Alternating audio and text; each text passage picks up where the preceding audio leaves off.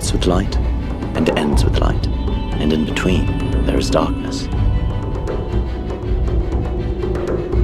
Nothing there is beyond hope, nothing that can be sworn impossible, nothing left unimagined.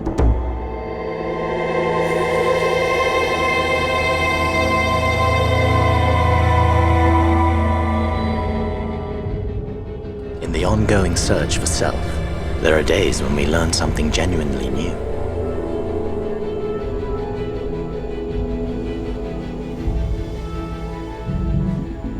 Something uncovered, hidden, that we never knew was there.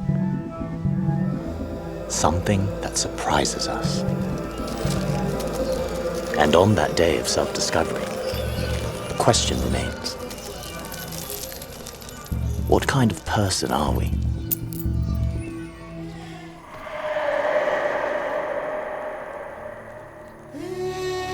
And as the search for self continues, we look for answers everywhere. In nature, in God, in tiny tragedies that may never be understood. But still, we are driven to it, single-minded on one goal: to find our purpose on this earth. No matter what the ramification, the friendships that may be hurt,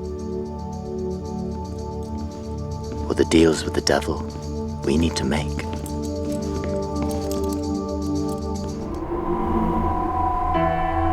On the sixth day, God created man in his own image. Now it's up to us to figure it all out. Right, wrong, good, evil. In each of us is the capacity to decide what drives our actions. So what is it that makes some choose selflessness, the need to devote oneself to something greater, while others know only self-interest, isolating themselves in a world of their own making? Some seek love even if unrequited, while others are driven by fear and betrayal. There are those who see their choices as dark proof of God's absence, while others follow a path of noble destiny. But in the end, good, evil, right or wrong, what we choose is never what we really need, for that is the ultimate cosmic joke. The real gift that God has left behind. There is good and there is evil, right and wrong, heroes and villains. And if we're blessed with wisdom, then there are glimpses between the cracks of each where light streams through. We wait in silence for these times when sense can be made, when meaningless existence comes into focus and our purpose presents itself. And if we have the strength to be honest, then what we find there, staring back at us, is our own reflection, bearing witness to the duality of life. That each one of us is capable of both the dark and the light, of good and evil, of either, of all. And destiny, while marching ever in our direction, can be rerouted by the choices we make, by the love we hold on to, and the promises we keep.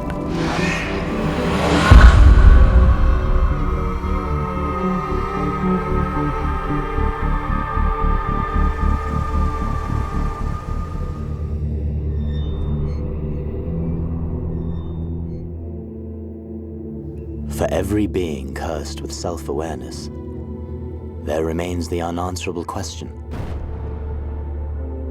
who am I? We struggle to find meaningful connections to one another. We are the caring friend,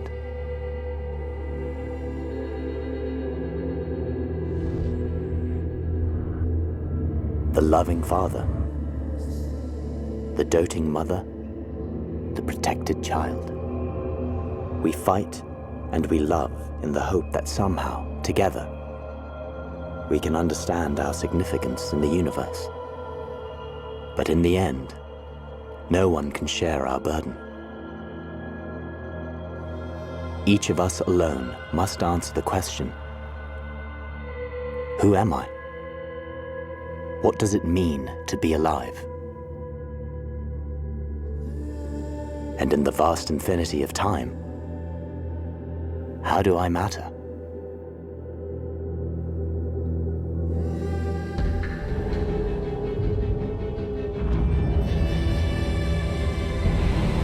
There are nearly 7 billion people on this planet, each one unique, different.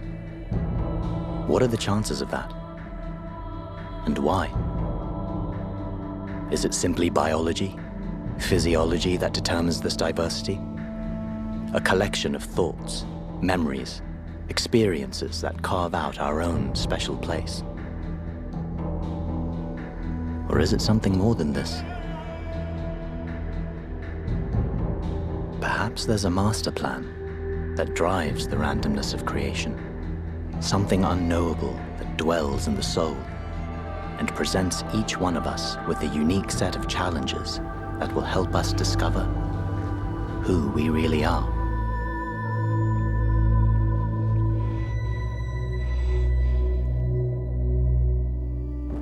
We are all connected, joined together by an invisible thread, infinite in its potential and fragile in its design. Yet while connected, we are also merely individuals, empty vessels to be filled with infinite possibilities. An assortment of thoughts, beliefs, a collection of disjointed memories and experiences.